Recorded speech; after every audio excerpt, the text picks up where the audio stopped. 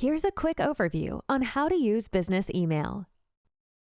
Once you've signed in, you'll have access to your email, calendar, address book, drive, portal, tasks, text, spreadsheet, and presentation.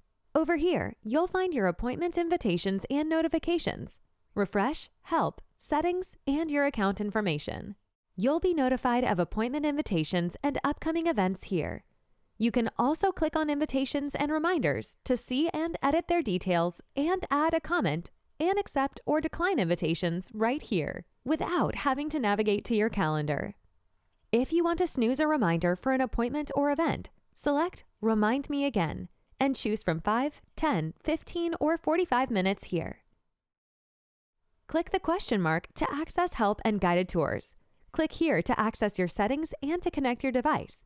And you can edit your personal information and sign out by clicking here.